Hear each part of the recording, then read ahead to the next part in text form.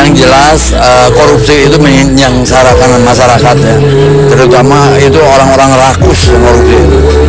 Jadi kalau bisa dengan presiden yang baru ini bisa berubah semuanya. Mudah-mudahan ya. Kita sebagai masyarakat kecil berharap seperti itu.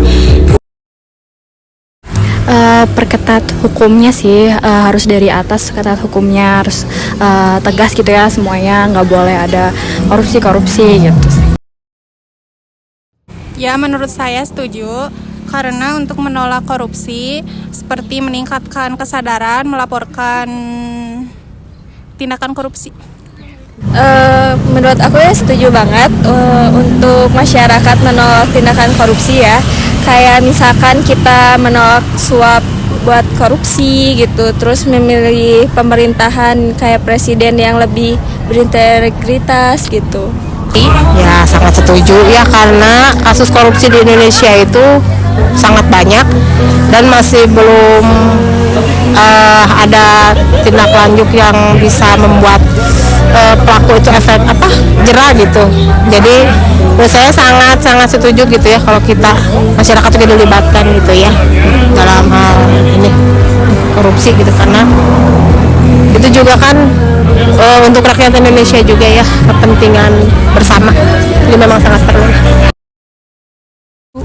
Iya, pernah di lingkungan perumahan saya gitu ya, yaitu kegiatannya kan ada iuran bulanan ya warga. Nah, untuk supaya menjaga gitu ya adanya indikasi korupsi iuran warga itu, jadi kami ada ini semacam monitoringnya gitu ya di setiap bloknya gitu.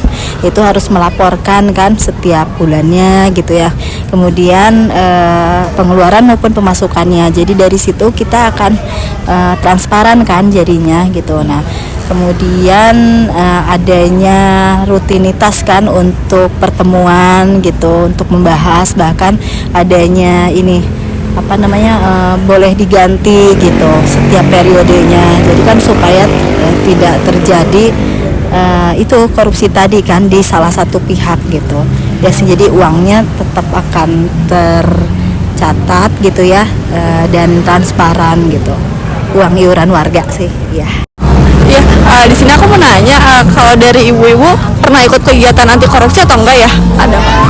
Enggak. Oh, berarti belum ya dua-duanya ya? Oh, oke, makasih ya. Belum pernah sih kegiatan khususnya kampanye kegiatan anti korupsi, belum. Oh, ibu. Belum sih, belum pernah, sama saya juga belum pernah. Jadi kalau efektivitas memang cukup efektif dalam menjerat kasus-kasus korupsi. Cuman yang jadi masalah itu tidak memberikan efek jerah.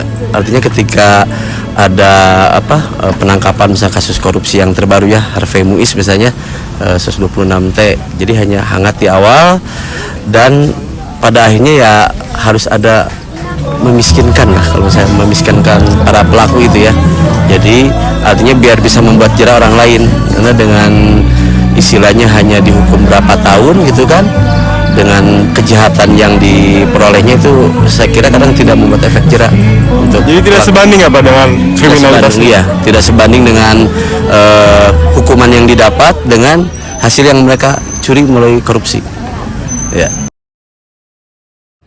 Kalau menurut saya pribadi ya, pertama itu karena memang budaya ya, udah membudaya di kita. Karena dari zaman dulu, pemerintahan Belanda dulu sampai sekarang itu sistem upeti masih ada kan. Pertama itu, yang keduanya kalau menurut saya SDM di sini belum siap buat menerima gaya hidup. Modernisasi itu ya yang utama gitu kan. Nah, itu yang istilahnya menarik menarik gaya hidup rakyat Indonesia jadi meningkat, padahal pendapatannya belum segitu gitu. Makanya ya itu faktor-faktornya, mau dimanapun, mau di swasta, mau di pemerintahan, ya pasti itu ada korupsi. Untuk pemberantasan korupsi seharusnya masyarakat dan pemerintah harus saling membahu untuk menanggapi korupsi tersebut. Sebenarnya peran masyarakat itu dimulai dari pemilu. Kalau pemilunya itu bersih dan dipilih orang-orang yang benar, kemungkinan terjadi korupsinya itu sedikit. Tapi kalau kita salah memilih pemimpin, akibatnya cenderung ke arah memanfaatkan anggaran yang tidak perlu dibuat markup dan sebagainya gitu. Nah itu yang cenderung akan membuat korupsi negara kita gitu. Itu mungkin.